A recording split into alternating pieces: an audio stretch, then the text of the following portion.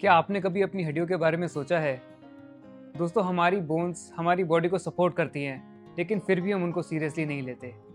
आज मैं आपको एक ऐसी साइलेंट किलर डिजीज़ के बारे में बताऊंगा जो चुपके से आती है और आहिस्ता आहिस्ता हमारी बोन्स को वीक कर देती है। जी हाँ, आज हम बात करेंगे ऑस्टियोपोरोसिस के बारे में। ये बीमारी अपने आप आती है और हमारी हड्डियाँ इतनी कमज़ोर कर देती है कि ये मल्टीपल फ्रैक्चर्स हो जाते हैं। आपने सुना ही होगा कि prevention is better than cure, but इस बीमारी को प्रिवेंट कैसे करें? तो इस वीडियो में मैं आपको ऐसे सिंपल टिप्स एंड ट्रिक्स बताऊंगा जिससे आप इस बीमारी से बच सकते हैं। हेलो एवरीवन, मैं डॉक्टर अभिषेक जैन और इस वीडियो में हम बात करेंगे ऑस्टियोपोरोसिस के बारे में। ये बीमारी क्या है, कैसे होती है, इसके लक्षण क्या हैं और इससे कैसे बचा जाए।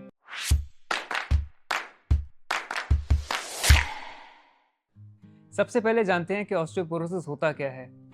ऑस्टियोपोरोसिस एक ऐसी बीमारी है जिसमें हमारी हड्डियां कमज़ोर हो जाती हैं, फ्रेजाइल हो जाती हैं। उनकी स्ट्रेंथ काफ़ी कम हो जाती है जिससे वो आसानी से टूट जाती हैं। जब हम यंग होते हैं तो हमारी बोन्स में काफ़ी स्ट्रेंथ होती है, उसमें काफ़ी मिनरल्स और काफ़ी कैल्शियम होते हैं। एज के साथ साथ बोन्स में से काफ़ी कैल्शियम और मिनरल्स निकलने लगते हैं और हमारी बोन्स काफ़ी वीक हो जाती हैं। इसका मतलब ये नहीं है कि यंग लोगों में ऑस्टियोपोरोसिस नहीं होता है। जो यंग लोग अपनी हेल्थ का, अपनी बोन हेल्थ का ध्यान नहीं देते, उनमें भी ऑस्टियोपोरोसिस हो सकता है। एक रिसर्च के अकॉर्डिंग 50 साल से ज़्यादा उम्र में 3 में से 1 फीमेल और 5 में से 1 मेल को ऑस्टियोपोरोसिस से फ्रैक्चर हो जाता है। आप खुद ही सोचिए, ये बीमारी इतनी कॉमन है, फिर भी हम इसको सीरियसली नहीं लेते हैं। तो चलिए समझते हैं ऑस्टियोपोरोसिस होता क्यों है। दोस्तों, जैसे हमारी बॉडी की सारी ऑर्गन्स होती हैं, वैसे ही हमारी बोन्स भी एक लिविंग टिश्यू है। काफ़ी लोगों को लगता है कि बस हड्डियां बन गई तो वैसे ही रहती हैं, बट ऐसा बिल्कुल भी नहीं है। हमारी एज के साथ साथ हमारी बॉडी बोन्स के सेल्स और टिश्यू रिप्लेस करती रहती है। ये प्रोसेस बहुत स्लो होता है मगर बहुत इंपॉर्टेंट होता है। बोन का कुछ पार्ट बॉडी आहिस्ता आहिस्ता हटा देती है और उसकी जगह नई बोन डिपॉजिट करती रहती है। यंग लोगों में ये प्रोसेस बहुत फास्ट होता है। जितना बोन लॉस होता है उतनी ही बोन बन जाती है, तो बोन की स्ट्रेंथ मेंटेन रहती है। जैसे ही हमारी एज बढ़ती है, बोन का लॉस होना बढ़ता रहता है और बोन जो नहीं बनती है वो कम होती रहती है। इस इम्बैलेंस की वजह से हमारी बोन की स्ट्रेंथ, उसका मिनरल लेवल और कैल्शियम लेवल काफ़ी कम हो जाता है।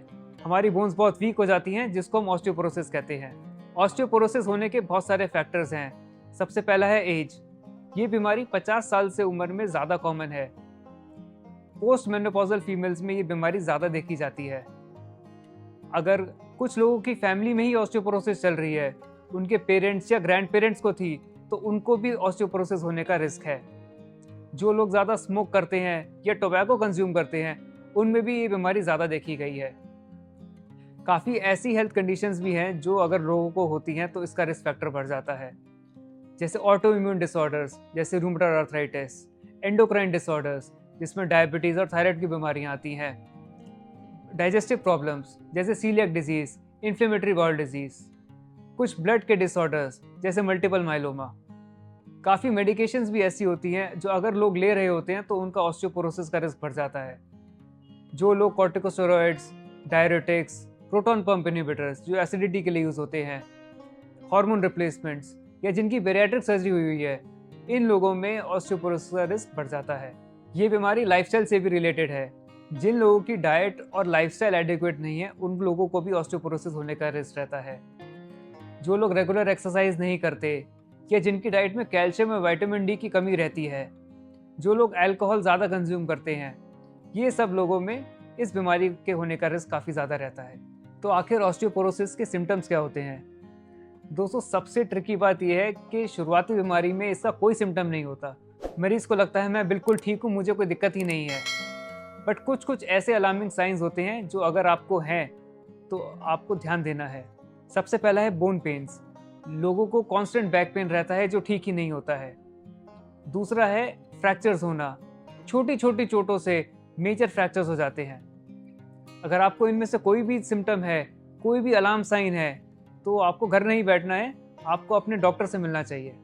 तो आइए जानते हैं ऑस्टियोपोरोसिस को हम डायग्नोस कैसे करते हैं। जब आप अपने डॉक्टर के पास जाएंगे तो वो आपका एक थरो फिजिकल एग्जामिनेशन करेंगे। वो चेक करेंगे कि आपका बॉडी पोस्चर ठीक है या टेढ़ा तो हो गया है। साथ ही में चेक करेंगे कि आपकी बॉडी बैलेंस कैसे बना रही है, आप चल कैसे रहे हैं, ठीक ठाक चल रहे हैं या लंगड़ा के चल रहे हैं। साथ ही में वो आपकी मसल टेस्टिंग करेंगे कि आपकी मसल्स में ताकत कितनी है, आपके जॉइंट्स कितने फ्लेक्सिबल हैं और उनकी मूवमेंट्स कितनी है। इसके बाद हो सकता है वो आपको एक बोन डेंसिटी टेस्ट एडवाइस करें। ये एक स्पेशल टाइप का एक्सरे होता है जिससे बोन के मिनरल्स यानी बोन की डेंसिटी पता चलती है। बोन डेंसिटी टेस्ट या डेक्सा स्कैन से हमें ये पता चल जाता है कि आपको ऑस्टियोपोरोसिस है या नहीं। काफ़ी बार आपके डॉक्टर कुछ ऐसे ब्लड टेस्ट भी कराते हैं जिससे हम ऑस्टियोपोरोसिस डायरेक्टली डायग्नोज नहीं करते, बट हमें इनडायरेक्ट एविडेंस मिल जाता है कि बीमारी है। उन टेस्ट से हम बीमारी के रिस्क फैक्टर्स आइडेंटिफाई करते हैं और उनको ठीक करते हैं। ये टेस्ट हो सकते हैं सीरम कैल्शियम, विटामिन डी के लेवल, पैराथायरॉयड हार्मोन के लेवल। ये एक ऐसा हार्मोन है जो ब्लड में कैल्शियम मेंटेन करके रखता है। इन टेस्ट के साथ साथ हम थायराइड लेवल्स और बोन टर्नओवर मार्कर्स भी चेक करते हैं। अब अगर आपको ऑस्टियोपोरोसिस हो गया है तो इसको ठीक कैसे करें? इसके ट्रीटमेंट में आपके डॉक्टर 2 चीज़ों पे फोकस करते हैं।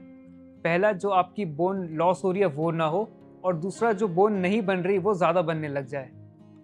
हमारा मेन गोल होता है फ्रैक्चर्स प्रिवेंट करना। इसके ट्रीटमेंट का सबसे पहला पार्ट है एक्सरसाइजेस। ये weight bearing exercise, stress bearing exercise, flexibility exercise include होती हैं। इसमें bones, joints, ligaments, tendons move होते हैं जिससे आहिस्ता आहिस्ता बोन स्ट्रांग हो जाती है। ये याद रखें कि आप अपनी तरफ से कोई एक्सरसाइजेज ना करें क्योंकि वो आपको नुकसान भी कर सकती है। दूसरा है सप्लीमेंट्स। आपके डॉक्टर आपको कैल्शियम और विटामिन डी सप्लीमेंट्स प्रिस्क्राइब करेंगे।